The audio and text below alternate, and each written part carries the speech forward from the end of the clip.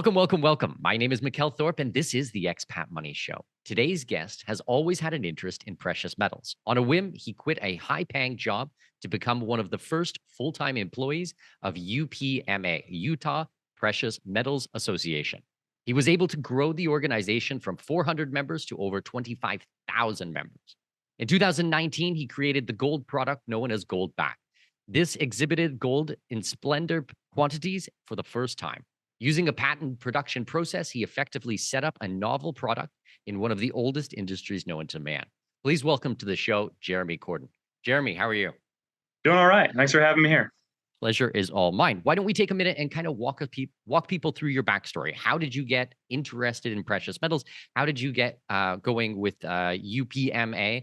And where did the ideas for Goldback come from? Just really briefly, I wouldn't have been interested in precious metals at all had it not been for the Ron Paul campaign back in 2011. That grabbed me and a whole bunch of other millennials, got them really excited about libertarianism, and precious metals is just part of the package. So, I bought a few $1,000s worth. I was pretty fascinated by it, but more so than, buying gold just in case or silver just in case, I really liked the sound money aspect of gold and silver. You're trying to have a better money system at the end of the day. And that's what really got me interested in precious metals, not as a collectible or, like an emergency preparedness item, but as, more true money, I guess.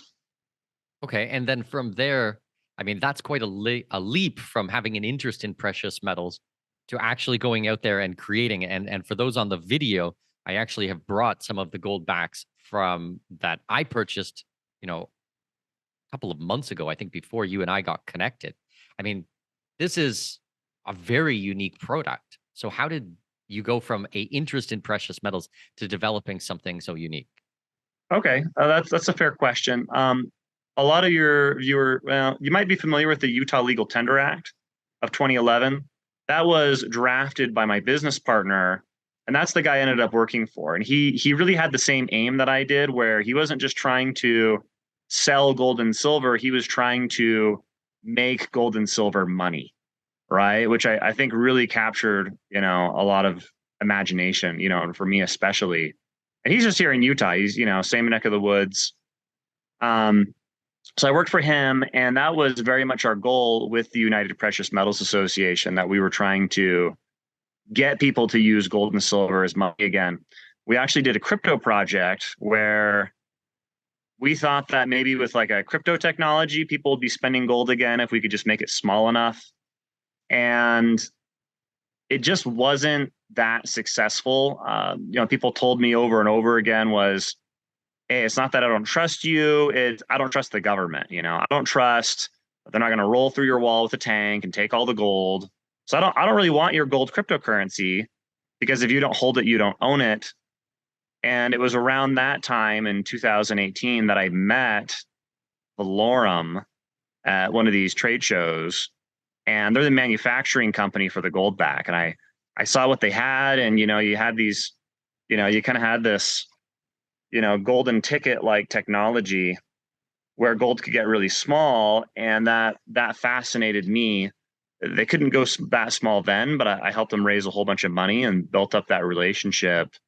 And that was the foundation for setting up Goldback. Okay, so the technology already existed in place before you got working on it, but what about the patented part of it? Is the patents owned by you guys, or is it owned by them?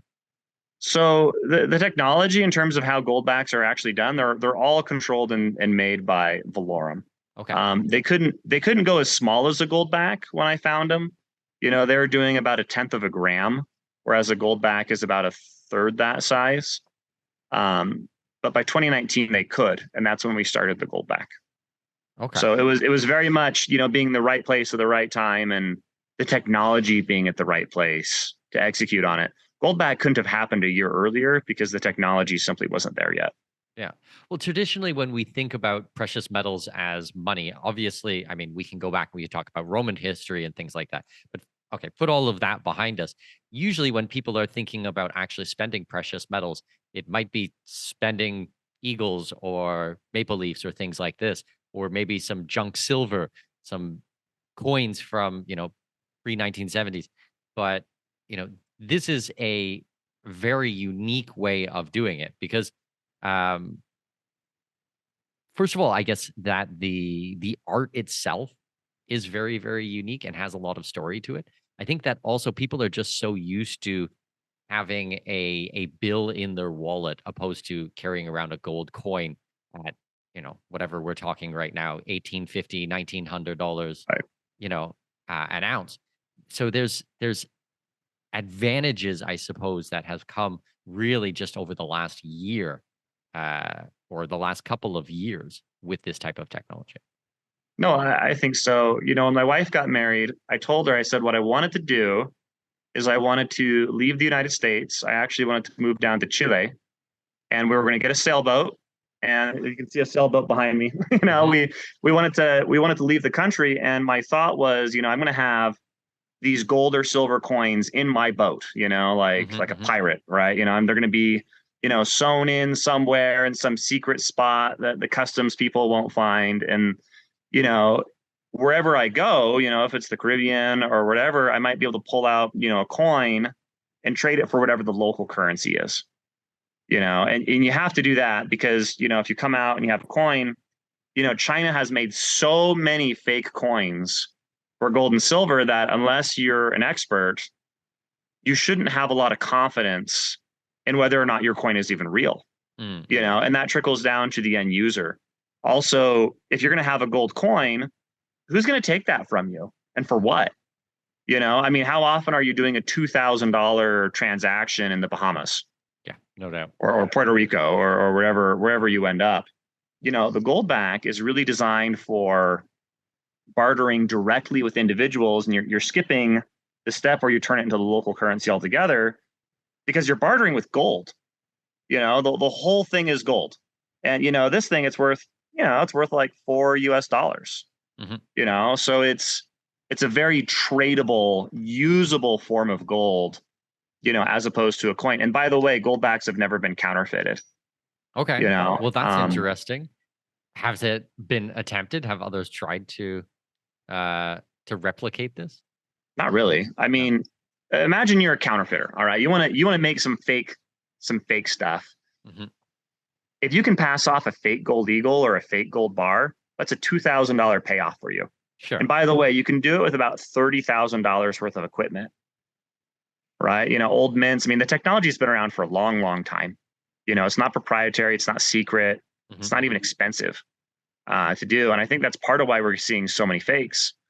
The barrier for doing it is just really low. If you wanted to make a fake Goldback, you're looking at about $3 million worth of vacuum deposition equipment just to get started.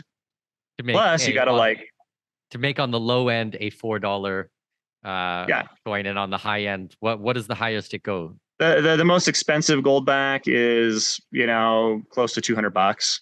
Yeah. So and if you can't pass it off because it's not going to look right, you're out millions of dollars as opposed to $10. And you can try again because you got $30,000 worth of equipment. So I don't think it's very attractive for counterfeiters at this stage. I mean, that could be different in 10 or 20 years, but then we're 10 or 20 years ahead of these guys, where you can authenticate a Goldback with your phone, and that barrier for counterfeiting just gets higher and higher and higher. It helps to have a head start. That does make a lot of sense. Okay, let's talk a little bit about the divisibility of the Goldbacks, because I think this is really interesting. When I was looking through and I was looking at purchasing, well, I'll kind of leave it to you. Can you explain the divisibility and how it works? Well, that was my other problem with coins. If you have a 1 ounce gold coins, even if we went to, this isn't a gold coin, it's silver, but even if you went to a system where everyone's using coins, a 1 ounce gold coin does not equal 10 10th ounce gold coins. Right? I mean, it goes like 8 or something, which is, talk about ridiculous. I think that's why even people that are kind of sound money people don't actually use gold coins. It's just not as convenient. So one of the things that we did with Goldback is we said, okay, we're going to make this one denomination is absolutely as cheap as we can possibly make it. In fact, they're produced at a loss to this day. The one denomination is produced at a loss. Normally, if you go something with something this small, you're looking at like a 200 to 300% premium. Goldbacks are closer to like 100%. So it's extremely cheap for what it is, to have a serialized, measured, weighed piece of gold. The 50, you can turn it in for 50 of these ones. It costs 50 times as much. So all of the Goldbacks are interchangeable. It's just like cash. Doesn't really matter which denomination you have. And the denominations are ones, fives, tens, 20s, and 50s. Is that right? 25s and 50s. 25s and 50s. Okay. So I mentioned that, one of my business partners, Larry Hilton, he drafted the Legal Tender Act in Utah. And that's the law that we use to make the Utah Goldback. The state was already recognizing virtually every form of 24 karat gold as legal tender within the state. And that's what the Goldback is. They didn't specifically have to say Goldback. It just met the criteria that was already in state law, which made it really easy to just do. In that sense, the Goldback is really a technological breakthrough in that we've never had gold small enough to be used in, kind of like small transactions, right? So it's a little tricky finding the right laws for something that's so new, which, any entrepreneur will tell you if they're in a new space. It's like, there's not a whole lot of regulation or laws around this thing because this thing hasn't been a thing. That said, looking at other states, we've actually found laws in every state in the country that allow for Goldbacks to be used in some way. We tend to avoid states where there's a sales tax on precious metal because, that's no good. We can be kind of selective with which states that we do. But in terms of being legal, something that we did add to the Goldback, and this is language as of 2022, is language that allows people to turn in 1,000 Goldbacks, which is an ounce of gold, for a U.S. minted gold eagle, which is a $50 gold piece. And that actually falls under what's called the Uniform Commercial Code. So this is a state level law that's adopted by all 50 states. And okay, so have you ever seen like a coupon that says it has a cash value on it? Sure. It's like the coupon's worth like a penny or a tenth of a penny or something like that. Mm-hmm. So they have to put that on the coupons because that ties into the Uniform Commercial Code. It makes it so it's legal to make a coupon, that's transactional and has a money-like function in any state. It's the same law because we have that same language on the Goldback where, hey, you can turn this in. This basically becomes a coupon for getting a gold eagle, which has a $50 face value. It's minted by the government. So it's like a coupon for a gold coin minted by the government, except the coupon itself is made out of gold. Cool. Very neat. Legal in every state. And by the way, probably legal, I don't really know this for sure, but probably legal in every country. Because the value of the Goldback isn't the name of the state that's on it. Mm-hmm. This one's in Nevada. It's the fact that it's gold. You're really just trading with gold wherever you go.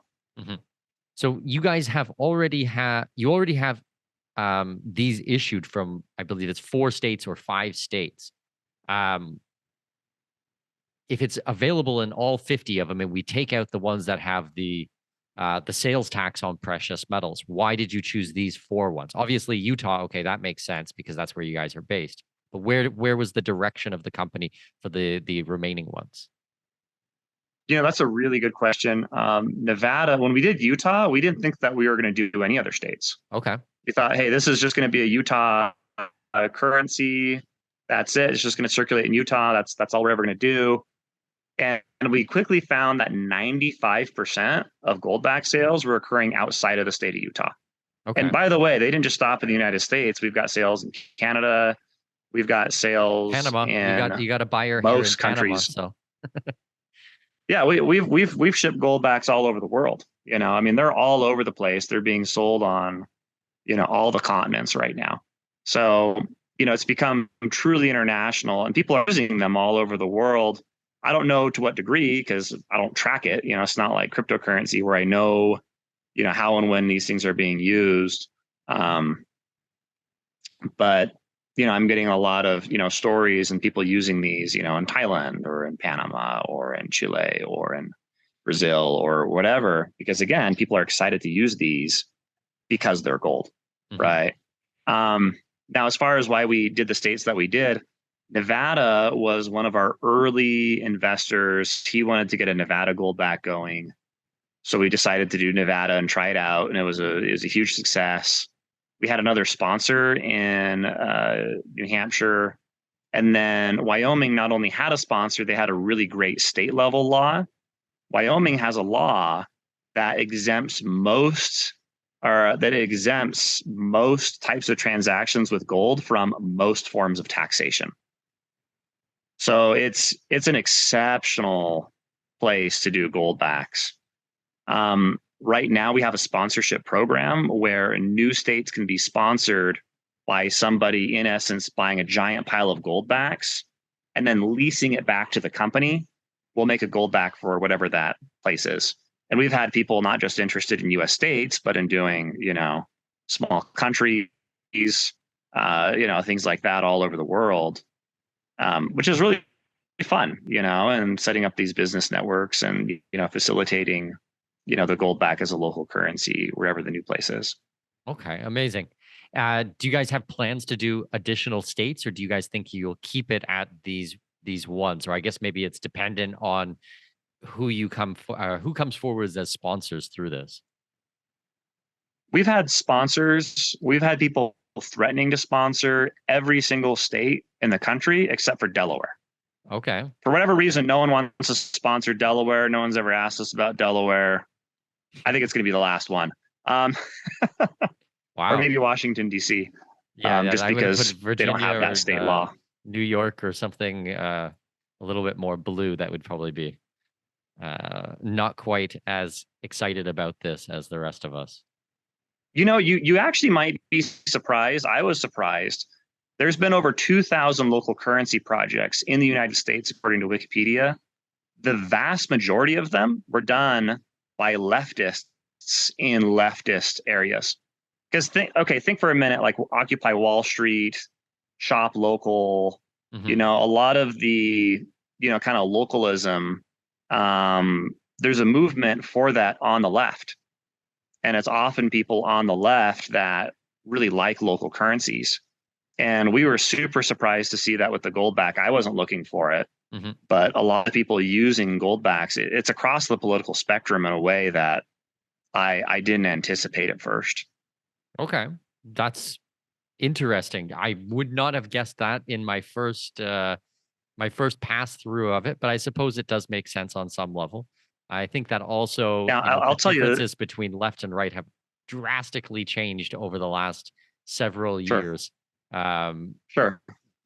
The ones that were supposed to be the freedom fighters and standing up against society are now the ones that are most in line to enforce laws on other people. So I think that there's some history there. It's interesting how views shift over time, or how entire parties can shift their views over time. Something that I joke about is, look at who the anti-war party is at any given time. Right. When I was growing up, the left was the anti-war party, period. Bush was a criminal. He was a murderer. We're in Afghanistan. We're killing babies, and, Obama was to end the war. Right. And now, the same people that talked about the horrors of war, they've got the Ukraine flags flying on their homes. And, if we can just bleed Russia, it's just, It's pretty hawkish, some of the stuff that I see coming out now. It's, I'm against war on all fronts, and I've lived in the Middle East, and I've lived in all over the world, and I've seen things traveling extensively in third world countries, and see the real people and what this does.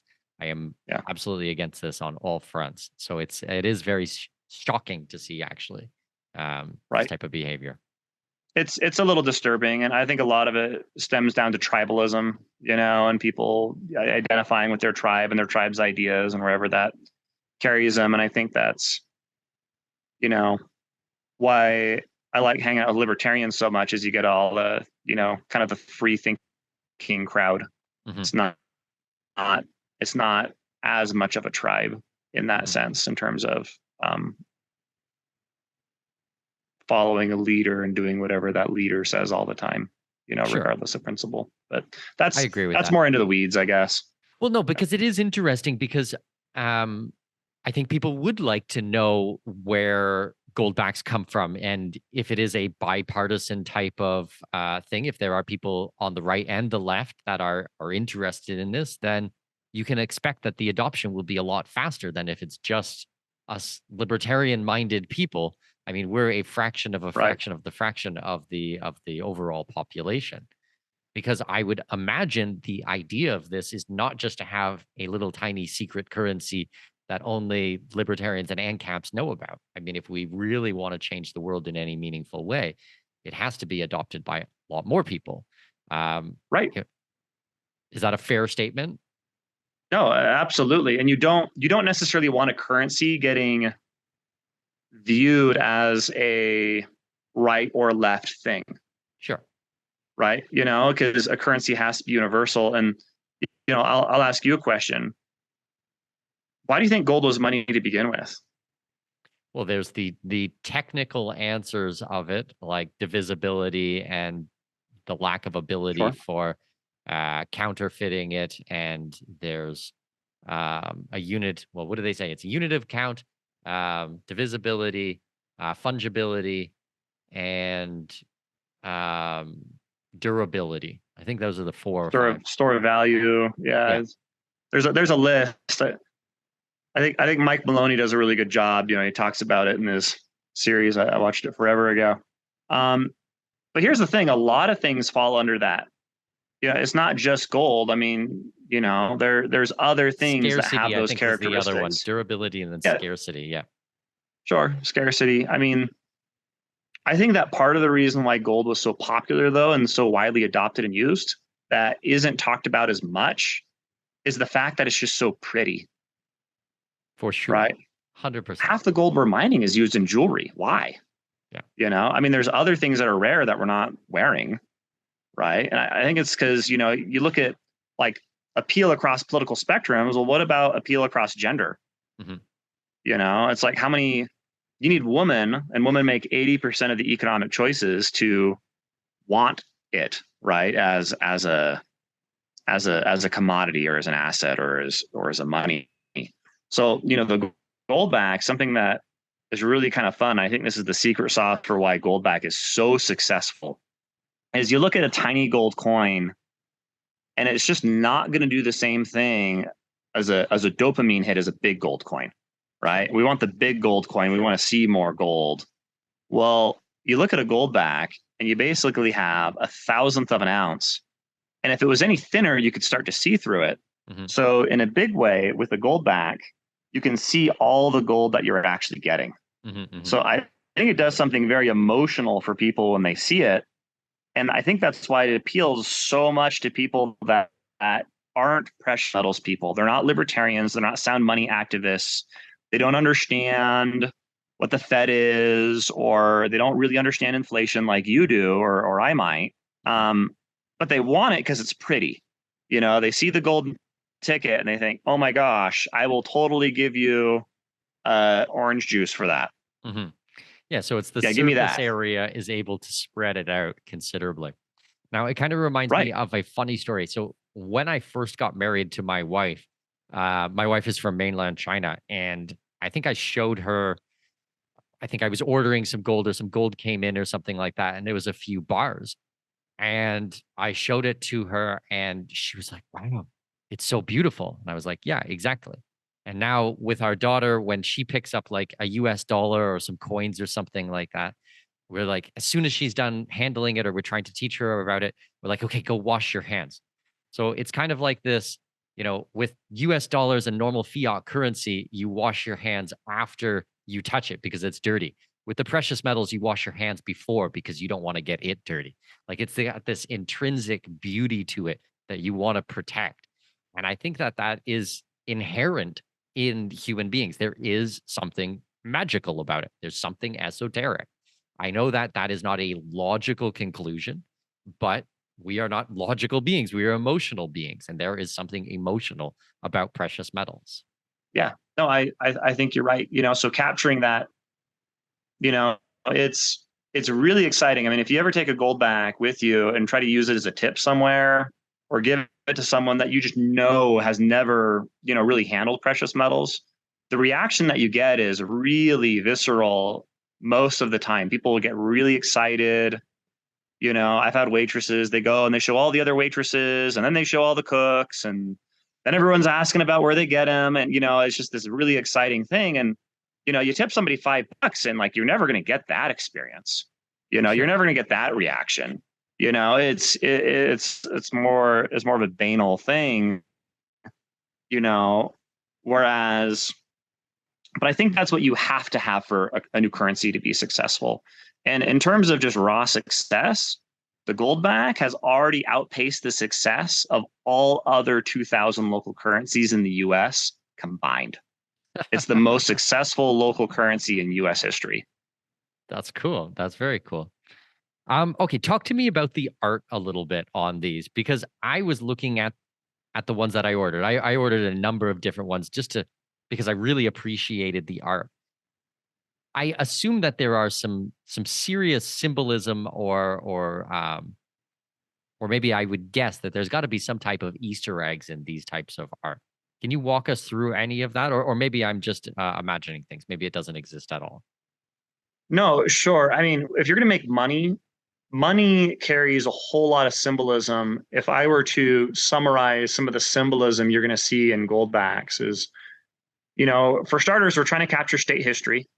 So if there's a South Dakota series, we're trying to capture a lot of South Dakota state history and what's special about South Dakota in these series. And unlike a coin, we have a lot of surface area to work with. If this is how much surface area you have for a coin, compare that against the Goldback, we have a lot of space to play with in terms of, getting that on there. So, you might have, 15, 20, 30 different, elements of symbolism on every single Goldback. We use Lady Virtues on Goldbacks. Part of the initial reason why we decided to use Lady Virtues is because we wanted to make them as different from dollars as we possibly could, right? We didn't want them to look like dollars. We didn't want them to feel like dollars. We wanted them to be so different that the dumbest American couldn't be confused between a Goldback and a dollar. We made them worth more than dollars. No one's trying to pass off a Goldback as a dollar, right? Sure. So that was part of why we thought, maybe woman, but then we thought, well, let's look at the roots of Western civilization. If you go, pre-Christianity, even, the Romans, they had woman embody virtues, right? And we see that throughout our culture. The Statue of Liberty, right? That's a lady virtue, right? Or Veritas, the goddess of truth, or Justitia, the goddess of justice.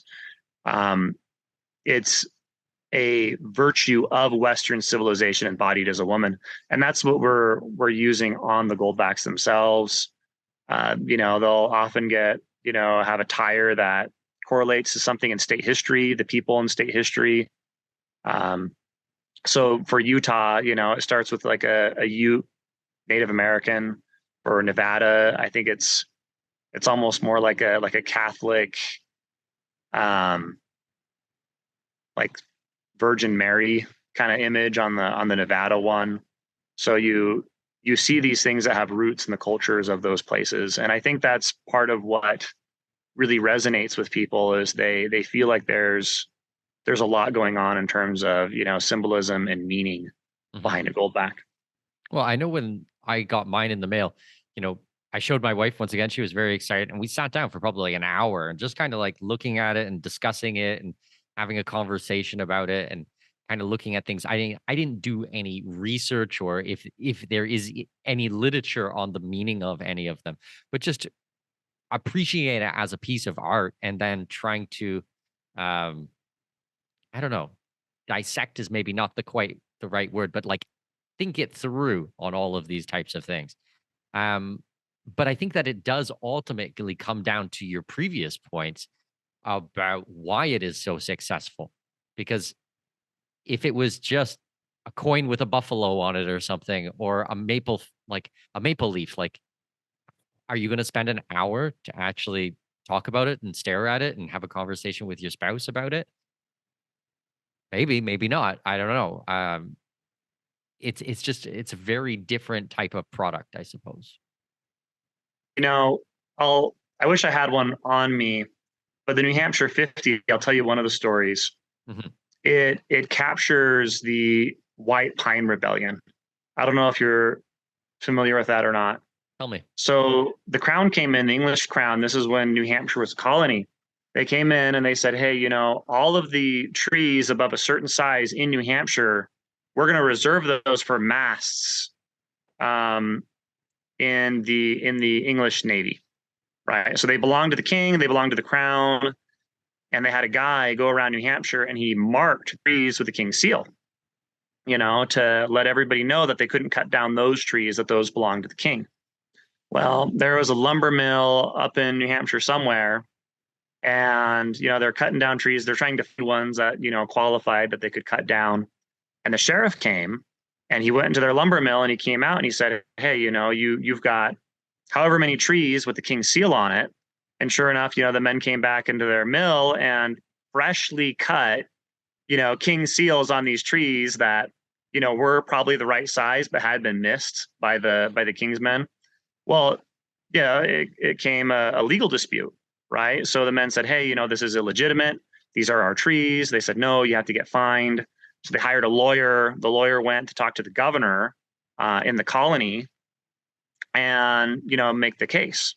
And I'll try to keep this story short. So the lawyer's talking to the governor, and the governor tried to bribe the lawyer. He said, you know what? You can be in charge of the entire program for all the trees in New Hampshire if you can just make this problem go away. Mm. So the lawyer goes back and he tells his clients, okay, I think you guys should just pay the fines and just, call it a day. Well, the colonists didn't like this at all. And what they did is in the middle of the night, they went and they took the sheriff and the lawyer and they cut the ears and tails off their horses and donkeys.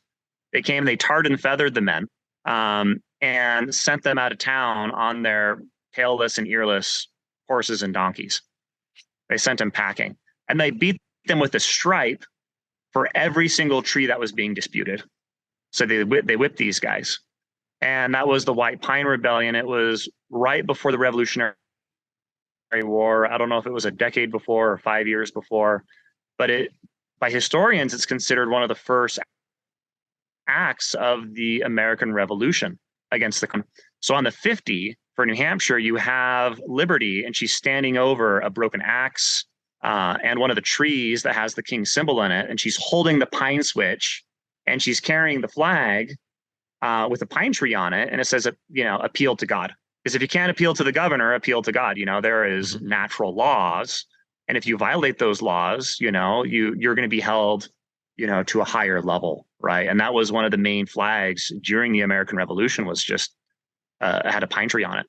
That's an amazing from that story. rebellion. That's So fun. that's all that symbolism, that whole story is being told on the New Hampshire 50. If you're interested in any of the symbolism and any of the particular Goldbacks, you can actually go onto Goldback.com and look at the gallery, and you can get a high definition image, and you can read quite a bit. I think there's like a page worth of information on every Goldback, and I don't even think that captures quite everything. So. Okay, amazing. Well, I'm going to make sure to link to that so that people can go direct. I guess that's also a good transition with the website, because your company, if I understand correctly, you guys don't actually sell Goldbacks. You guys work with distributors who sell. Is that correct? Mm-hmm. We sell to existing precious metals dealers. When we got started, I had a choice. I thought, okay, I can make a company that sells direct to end users, and I can kind of go against the entire precious metals apparatus in the country. Mm-hmm. And some companies do that. Like if you look at like Purple Mattress, they didn't do any business with any of the existing mattress companies. They just sold direct to clients. Mhm. You know, it's a very valid model. It's very disruptive. Um, and I didn't really want to do that. I probably would have had to have had dozens of employees almost immediately. Um, I thought, well, it's going to go a lot easier to just sort of let people that are already selling gold and silver to sell goldbacks, because one, it should line up with their mission. And two, they already have all the infrastructure and all the client lists and all the marketing know-how and everything else. So that's the model we decided to go for. Okay. And do you think that you will? Well, first of all, I think that it is important to stay with existing networks, and if you can leverage their networks, the growth will be considerably faster. Now, are you guys considering in selling in other places opposed to just selling to precious metals dealers? Because I know that many people would be interested, or I would imagine many people would be interested in this, who would not be the same type of people that would just be looking at buying, a store of precious metals to put in a vault or something like that, because this is a different value proposition. This is actually for commerce, where if you're Right. owning a 100-ounce bar of silver or something like that, that's not for commerce. There's nothing commerce about that whatsoever. You know, that's a very fair question. We do have a few other types of businesses. We have, kind of preparedness oriented businesses that also sell goldbacks. It might end up being more kind of institutional companies that do goldbacks long term. I think that there might be more interest in retailing goldbacks if it wasn't for the fact that there's a pretty tight margin on goldbacks. Hmm. People assume that, you look at like 100% premium on a goldback and they just think the whole thing's profit. And they don't really appreciate that if you're going to take an ounce of gold and you're going to split it into 1,000 pieces that are all serialized and not able to be counterfeited, and you're going to do it with micro technology, that's the same level of technology used in, like nanotechnology or in microchips or, things like that. It has a cost. It costs a lot of money. I mentioned that the one denomination that's actually manufactured at a loss, and that's not insignificant considering how many of the one that we make. Hmm. It's not, we wanted to keep the premiums as low as we could possibly get away with on the Goldback. And that's resulted in retailers only making about 10% on Goldbacks, where they're used to making considerably more on fractional gold in general. So it's made it tight enough where, a lot of retailers, if they can't make 30-40% on something, they don't want to touch it. So Hmm. Well, something because else to think about and consider. oh, absolutely. I think that a lot of people get very confused, especially if they're brand new to precious metals. They'll go online and see what the spot price is, and then when they go to buy it from a retailer, they're like, "Well, the spot price is at X, and you're charging this." Well, it's like, well, I mean, it's a very different story, when it is in a raw form without being processed, and now you need to ship it and you have to have all of these people involved and everything like that. But that doesn't mean that if you were to go and sell it in the future, you would be selling it at spot either. You can Right. always And that's negotiate on a premium for what you sell it for. So, and that's a common misconception of the Goldback, is that they're being bartered with at spot, which is, it's just not true. As far as Goldbacks go, we've actually tried to incentivize people to use them and barter with them. And what we've done to kind of accomplish that is the price that we set on goldback.com that we recommend people barter with it at. It's an average price across retailers. I want to say it's about $4 today. mhm, But here's the beauty. If you're using an average price, that's a trading price. That means that people that know what they're doing, they can buy Goldbacks for below an average price by buying them at the cheapest price. mhm, So maybe you can buy Goldbacks for 360 or 370, but then you can trade them for $4. mhm. So So every time arbitrage. you're using a Goldback, you're realizing a profit, as opposed to, using cash or credit card. That's why people use credit cards.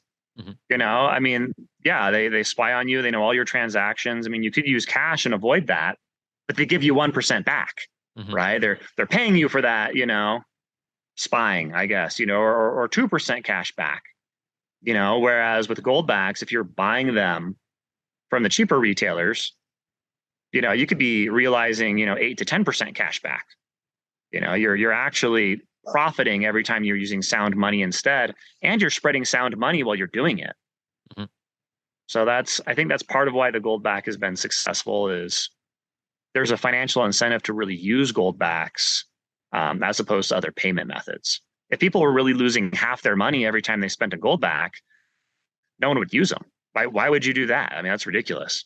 Mhm. But, to your comment, some of the people that get upset over the premium on Goldbacks aren't people that are new to precious metals. Those people don't actually have a problem with it. It's people that have been in precious metals for 50 years or 30 years, and they've been taught that if you're paying anything above melt, 1%, 2% above melt, that's money that you just threw into the fire, and you're a fool for paying it. Mhm. Right? It's kind of that kind of old guard that I have to go against, and I have to explain to them. I say, well, look, this is a standard that you're holding gold to that you wouldn't hold anything else to. You wouldn't go to a car dealership and say, well, what's the melt value on this car? I'm not sure I can buy a Tesla unless I can get it from melt, because otherwise they're scamming me. Mhm. I wouldn't buy a pencil unless I can get it for the spot price of a 2x4, because most of the pencils would, and they shouldn't charge that much for wood. Mhm. They're ignoring an economic law that when you add labor to something, it adds value. Mhm. That's what they're missing. That makes sense. I believe also you guys do have a calculator on. So if someone is trying to understand the value or what, in barter as we're talking, what should be traded or what are suggested, um, how does the calculator work, or how does that kind of bring in this, not just the intrinsic value of gold, which we were discussing, but also the labor value of creating it? So, and that's a fair question. So the Goldback is a currency. It's useful to think of it as a currency. And in the sense that it's a currency, it kind of has a life of its own in terms of what it's worth. Initially, without thinking about it very much, I thought that I could set the price of a Goldback. And what we found very quickly is if I set the price of a Goldback too low, I wouldn't have a single one to sell. And if I set it too high, it wouldn't move very fast. So having all those retailers selling Goldbacks, it allows for price discovery of what a Goldback should be worth. Mhm. And, especially initially when we couldn't really produce enough of these, we'd see some fluctuations. I remember right when COVID hit, Goldbacks had sold out everywhere at every single retailer. And the only place that you could buy a Goldback was on eBay, and they were $50. Okay. For the Well, ones. I think the reason for a one, Wow. and I think the reason why is because people were so scared and they were so desperate to have something that was a tradable unit of gold that we didn't have enough to meet that demand. We couldn't. So for the people that look at Goldbacks, you say, well, there's a gold aspect. So when gold appreciates, a Goldback appreciates in value. But then there's a utility aspect that's kind of the other half. And I think the utility aspect that's captured in the creation premium actually historically it's jumped more than the gold has. Because the utility of a Goldback in a country, and a lot of these, if you live in a country that might not have a stable currency forever, the utility of having something that you can spin, use, and trade with, that's going to appreciate even more. In fact, I'd argue that Goldbacks have more appreciation potential than any other form of precious metals, and we've already proved it. Just because you have that utility of being spendable and counterfeit proof. Mhm.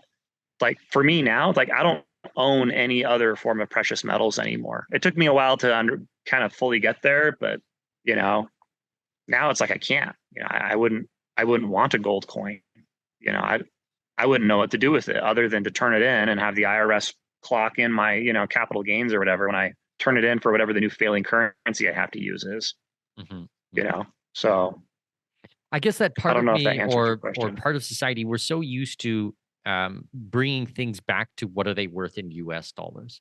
I've been big into cryptocurrency since Bitcoin was three figures, and still, I don't think about it as how many Satoshis is it? How many Satoshis do I have? It's how much do I have in worth today at US dollar value. Um, this is, I'm sure I'm not alone in this type of feeling. So I guess that's where a lot of the trying to understand the economics of the gold back is still a conversion back to a medium of exchange, which I've spent my entire life with.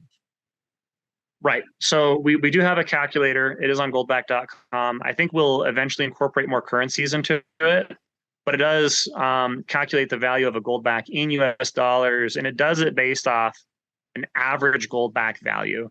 And that's where I mentioned earlier, if you go to the guide to buying gold backs on goldback.com, those top 3-4 retailers, they're all selling below that average.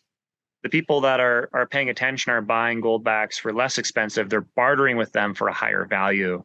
And they're using the calculator to help the person they're bartering with make the conversion. So it's a tool. You could use it on your phone. It's, and it's not that hard. You say, well, a gold back's worth about $4 USD. And, the conversion's usually not that big of a deal. It doesn't take that long. And, I've bartered with, and I'm doing the same thing where I'm going back to US dollars. I've bartered with tens of thousands of dollars worth of gold backs. You'd be very surprised at how many small business owners will accept them.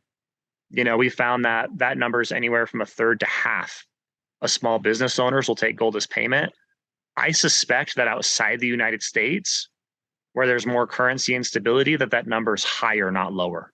Mm-hmm. Okay, let's talk about the commerce aspect of it, because you've used the word barter a number of times throughout our conversation, and I've adapted that that lexicon as well while we've been talking. Talk to me about the stores. Talk to me about the actual sales process of people being able to use the gold backs in commerce. Yeah, no, that's where the rubber hits the road, and we've done a lot of experiments with it. I drive around Utah going to garage sales, and I pull out a gold back, and we found that out of 100 garage sales, they had a 90% acceptance rate. You're talking to the decision maker right there; they're in charge of whether they take it or not. Mm-hmm. You're not talking to the receptionist. You're not talking to the employee. As soon as you're talking to an employee, they're not going to take a gold back. Okay. Now, I've had it one time where almost, more for attention than anything, I'll pull a gold back out at, say, Wendy's and say, hey, do you guys take gold as payment? And I know the answer is no, because the employee's not in charge of anything. Mm-hmm. I've had employees pull out their wallets and pay for my order to get that gold back. Okay. I mean, that's power right there. Yeah. But, spending these outside of Utah all over the country, we find that about a third of small business owners, if you offer payment in gold, say, hey, can I pay you with gold? They also, well, can I see it? And they're picturing this tiny little gold coin. You'll pull out a gold back and they get more excited. We've compared gold backs versus junk silver, and gold backs have a higher acceptance rate than junk silver. Just, junk silver, you're not as sure it's real. You're, mm-hmm. You don't want to lose a coin. You're about 30% better off spending a gold back than junk silver in any of these transactions. Right. And it's less of a story. It's less, well, there's this dime and it looks just like your dime. And, but this dime is special. It's made out of a different metal. It's like, I'm going to put that in my pocket and it's going to be gone. Sure. I mean, that's not, do you have any real money? The same person they're more likely to take a gold back. So again, it's talking to the decision maker. Oftentimes seeing the gold back is just enough. And I've spent gold backs on things that you wouldn't expect to be able to spend them on. I have a Toyota Tundra that I bought at a dealership, and this wasn't a dealership that had signed up as a business that advertised itself as taking gold backs, and they took part of the payment in gold backs because one of the owners there thought, hey, I just accepted silver shot or whatever for a vehicle. I'll take gold backs. I've got a cash flow issue, but otherwise I take the whole thing in gold backs. I almost bought a new truck with gold backs. We have home builders taking payments in gold backs, grocery store owners. We've got, Anytime you're dealing with a contractor, a chiropractor, a dentist, a lawyer, anyone that sells their time, the odds that they'll take a Goldback as payment is extremely high. And just businesses that we've approached that want to be advertised as preferring payments in Goldbacks, we have hundreds upon hundreds in Utah. In fact, we have 5 businesses in Utah that accept Goldbacks for every one that accepts Bitcoin as payment. Wow. That's impressive. That's very impressive. Um, so how do they identify themselves? How do people on the street know that this particular store, that this vendor will accept Goldbacks? So with Goldback, I say they can be bartered with, and they can be bartered with anywhere because they're gold. What the Goldback also is, it's a local currency in the places that are on the Goldbacks. And where it's a local currency, we offer a lot more support in terms of setting up business networks that advertise themselves as taking Goldbacks as payment. That's kind of the difference. So if you look at Utah, for example, I want to say we've got somewhere between 300 and 400 businesses in Utah that accept Goldbacks as payment at their business. And you can go on goldback.com and you can look at a featured map, and you can look at these pin maps of all these businesses and where they're at and what they do and what they offer. We have a business network in New Hampshire and Nevada and Wyoming, and we're going to have one for South Dakota as well. And then we have people that are signing up their businesses all across the country, but we're not showing those pin maps until we have a Goldback in that jurisdiction. Because from especially a regulatory perspective, the Goldback is a series of separate local currencies that can be bartered with outside of those locations, because it's also a commodity currency that's made out of gold. So it's both.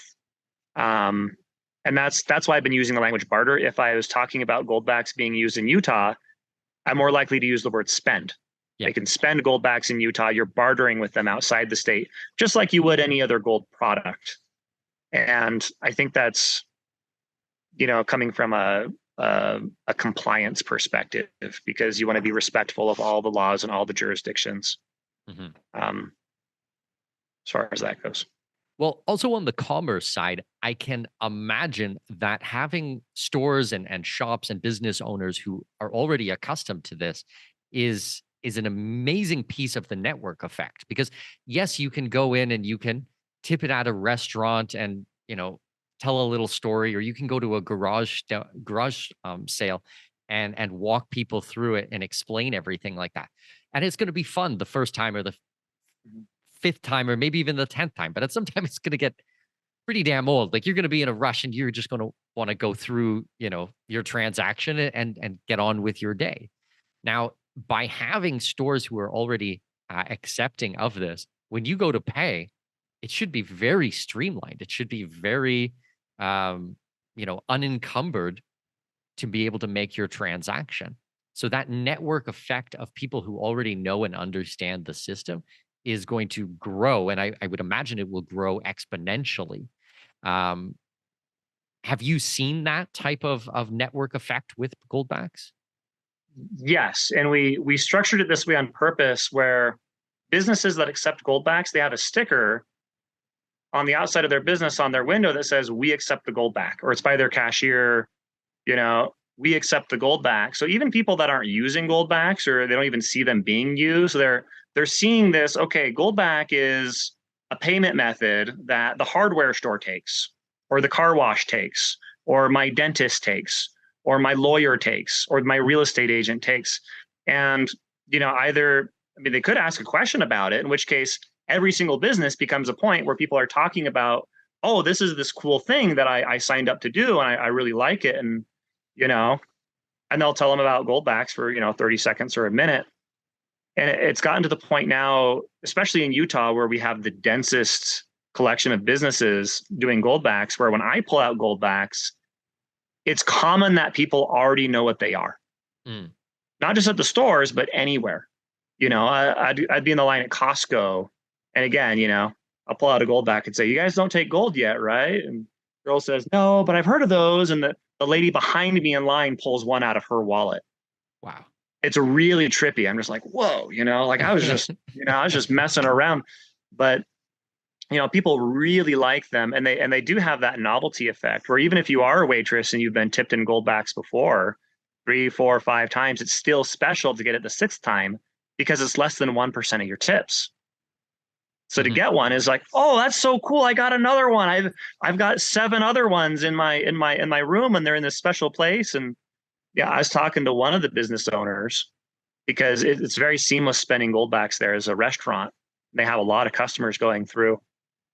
And I asked him, I said, well, what do you do with all these Goldbacks that you're accepting from people? He says, well, I get Goldbacks probably every day and I'm out. Well, what do you mean you're out? Well, I spend them. Where do you spend them? Other businesses.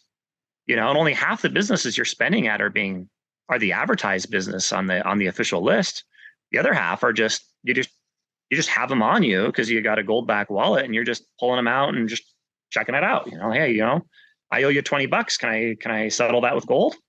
Oh, that'd be so cool. That'd be so great. I just saved 10%. But they know they can spend it at $4 too. So nobody's losing anything on this, and that's actually the core business model for local currencies. Is like, I'll give you an example. The Berkshire share, you could buy Berkshire shares for 90 cents at the Chamber of Commerce in Massachusetts, and you had 100 businesses accepting them for $1, and they'd take them for $1, knowing that the other 100 businesses would take them for $1. And if that sounds like a racket, I should tell you how the dollar works. We accept dollars at $100 face value because we believe that we can get that value in an acceptable enough time frame from somebody else, and that's what supports every currency. Okay, so I'm going to hold up a couple of these because when you've been showing them the back of them here. The backside, yeah. Yeah. So I'm going to show these. So anybody who's watching in the video on our brand new YouTube channel, then you guys should check these out. So this one here is the New Hampshire. I think you guys can see that. I think that's pretty good. And then we've got the Utah. These are just the ones. I don't have the. Here's a 25 here. 25. Okay, that's a cool one. Are the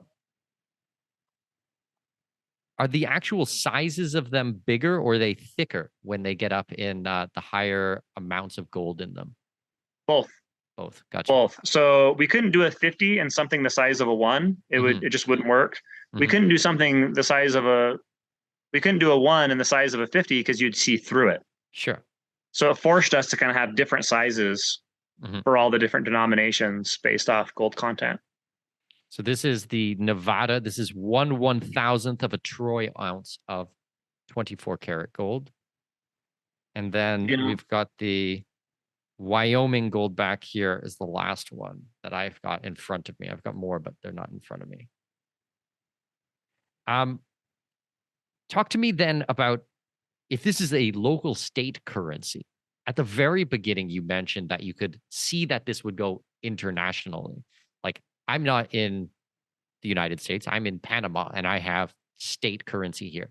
But do you think that it would be possible, or do you think that it is maybe probable that this will catch on and become international, that other countries would have their own versions of Goldback or their own municipal or provincial or state in those local countries? I think ultimately what we're going to see with the technology is it's going to be adopted by central banks. Look at Zimbabwe. The central bank in Zimbabwe right now, they're making tiny, tiny gold coins because their fiat currency is broken. Nobody wants it anymore. They have gold reserves. They think, well, we can maybe, because the job of a central bank is to make a money that people will use. So if Zimbabwe is going to try to put out a circulating gold currency, their problem right now is that even those tiny coins, they're worth more than what the average person in Zimbabwe makes in a day. So what do? What do you do as a central bank if you have gold reserves and nobody's accepting your fiat anymore? They don't trust you to do a gold-backed thing anymore because they broke that promise. We already have central banks that are looking at this technology and piloting it. I think that what you're going to see over the next 10 to 20 years is you're going to be seeing central banks coming out with their own Goldback-like currencies using this technology. And if we're successful in piloting this thing, I think the technology stands for itself. I think it's going to be used all over the world. as money. And that's going to make it really big. And whether central banks do that or not, people are already doing that with the existing goldbacks out there. They're already being spent all over the world because, again, the value isn't from the fact that it says Wyoming on it. It's the value is the fact that it's a 1/1000th of an ounce that's measured and serialized and not, counterfeited. Mm-hmm. Well, it's useful to think of it as. Last year I was in Argentina and I was in Lebanon. And I was in Turkey. Talk about countries that have massive amounts of inflation and broken currencies over there. It is your point though about central banks adopting this is a very different point of view from what we have been seeing with CBDCs and digital types of money, where it's a very dystopian type of future where they can turn off your money or only allow you to sell it or to spend it at certain places where they want you to spend it, or even have it so it expires the same as your air miles would expire or your hotel points would expire. So if we are able to get central banks that would actually use this technology, I don't know. I just kind of, maybe I'm just a giant pessimist, but I just find that so hard to believe with what we've seen over the last 2.5 years. There are already foreign central banks that make gold products that are designed for circulation. If you go to Uzbekistan, they already circulate gold in Uzbekistan from the central bank. If you look at individual countries, the Cook Islands, for example, they already issue this type of technology as official banknotes.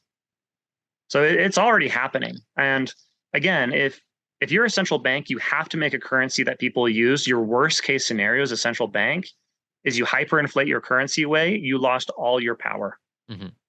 Now, it could be that they take this same technology and central banks monopolize it someday, and they say, you know what, this doesn't have 100% premium, it's a 300% premium, and we're still doing fractional lending, and we still only have however much that's at.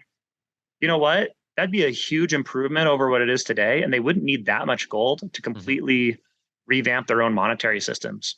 I think it could go that way too. It's kind of hard to see, and in that case, I think, for the libertarians, it's like, hey, that's better. Sure. I mean, that would be a huge improvement if central banks, did anything like that. So, I'm trying to play to win. I don't think without central banks jumping on board that it's definitely a much rougher road if they don't adopt the technology. And even your point on cryptocurrency with central banks, the central bank digital currency projects. If I were a central banker, I'd argue that the reason why they're even looking into it is because there's so much interest in cryptocurrency. Had that interest not been there, they might have not have pursued that at all, because the central bank, again, they have to make a product that people will use. Otherwise, their currencies and their economies are going to collapse. That's their job. So if the Goldback turns out to be extremely popular and everybody loves it and it's widely adopted and people prefer it, if you're a central bank and you're sitting on $2 trillion worth of gold, why wouldn't you turn it into something like this, triple the value of your gold, and have a better circulating gold currency? I think the biggest question is which major central bank will do it first, right? If it's the US, the US can monopolize the technology and they can issue Goldback-like stuff to every other central bank in the world, and it's more of a merit-based hegemony at that point. Or, it could be a hostile central bank, it could be the Russian central bank. They probably love to do something like this. They don't have the technology. They haven't spent the millions of dollars. They haven't spent the decades of, work into getting something like this. So in terms of what it looks like in the macro level, I don't know, but it's interesting to speculate. It's an interesting conversation, because just very quickly on the CBDCs, we've seen it roll out in Nigeria and just absolutely fall flat, like fall on its face. And the adoption rate was so low. it did give me a lot of hope. I think that there is an immense amount of arrogance by government officials, and they think that we're just a bunch of chimpanzees and you can just tell us to do whatever you want and we'll just all fall in line.